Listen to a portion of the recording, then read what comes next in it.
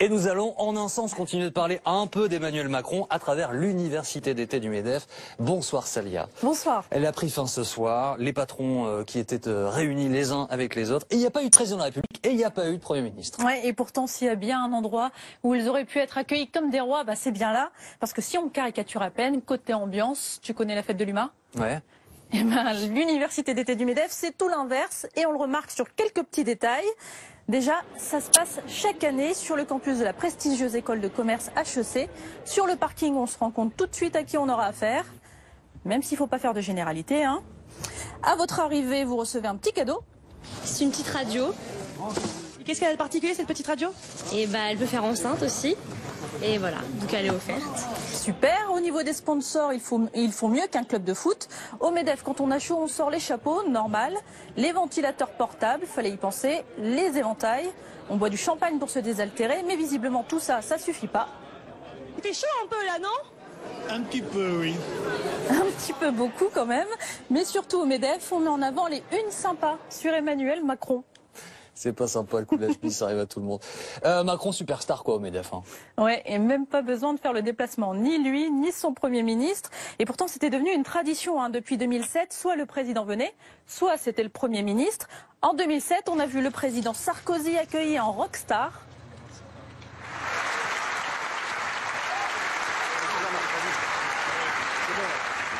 En 2012, Jean-Marc Ayrault, Premier ministre socialiste, est venu rassurer. J'estime les chefs d'entreprise.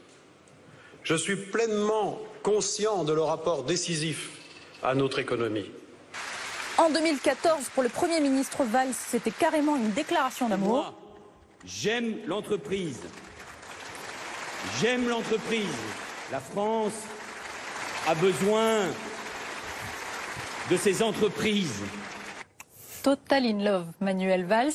Mais cette année, la logique, elle était différente. C'est comme dans une relation amoureuse, c'est bien de dire à quelqu'un qu'on l'aime, c'est encore mieux de le prouver par des actes. Et visiblement, Emmanuel Macron l'a largement prouvé auprès des patrons. Est-ce que vous faites partie des 57% de Français mécontents de l'action d'Emmanuel Macron ? Non, pas du tout. Non. Alors, pas du tout. Pas du tout mécontent. Non, pas encore. Tous conquis, qui a dit que l'homme était imparfait ? En tout cas, c'est pas le cas d'Emmanuel Macron pour eux. C'est quoi son défaut au président ? Je suis pas certain qu'il en ait, sincèrement. D'être ambitieux ? Est-ce que c'est un vrai défaut hein ? Non, enfin là, comme ça, même si vous voulez m'en faire dire un, je n'en vois pas un seul. Son principal défaut, à mon sens, c'est sa première qualité. Voilà, débrouille-toi avec ça, Jean-Baptiste. Mais le mieux, c'est le patron des patrons qui a carrément séché à notre question. Juste une petite question, rapidement, c'est quoi le défaut du président de la République ? Le défaut du président de la République qu'est-ce que je pourrais vous dire Le défaut du président de la République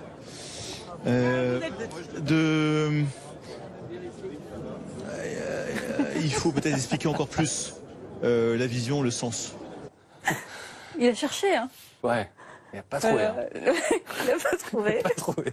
Ce qu'on appelle une pluie de compliments, quoi. C'est ça, ouais. Le genre de défaut que tu donnes dans un entretien d'embauche. Ouais. Des compliments. Effectivement, il y en a eu beaucoup. On a juste tendu le micro et hop, on est allé à la pêche. C'est un président de la République d'abord qui est jeune, qui a énormément d'énergie, qui a plein de nouvelles idées, qui a envie de bousculer les choses, il a dit lui-même. Il est jeune, il est dynamique, il veut changer des choses. Il a su s'entourer de gens qui sont nouveaux, il comprend les problèmes. Pour résumer, c'est le meilleur depuis De Gaulle. En fait, c'est sa famille, non ? Vous êtes ses tous payés. cousins, ses frères, Bon, bref. Il n'y est pas allé. En plus, il aurait carrément dû y aller, quoi. Ça fait du bien au moral, un truc comme ça. Ou pas, hein, vu le contexte actuel, il a eu plutôt raison. Alors certes, Emmanuel Macron ne s'est pas rendu au MEDEF cette année, mais c'est pas un problème. En guise de consolation, je conseille à tous les participants de s'asseoir tranquillement, confortablement sur leur canapé. Pardon, problème d'élocution ce soir. L'état, normal.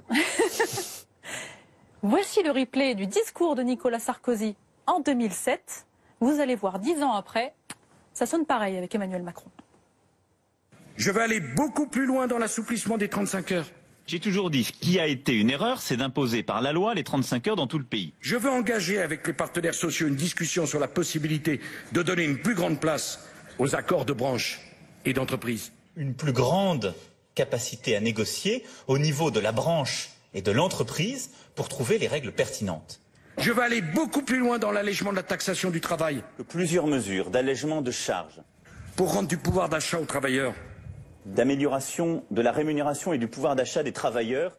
Je veux des chômeurs mieux indemnisés, mieux accompagnés. La réforme de l'assurance chômage qui est dans mon projet, c'est un élément central de la bataille contre le chômage. Les deux mêmes, hein, ou presque. Ouais, ou presque. On va savoir ça dans les mois et les années qui viennent. Merci beaucoup Célia Braclia. L'œil de Célia Braclia tous les soirs dans Grand Angle.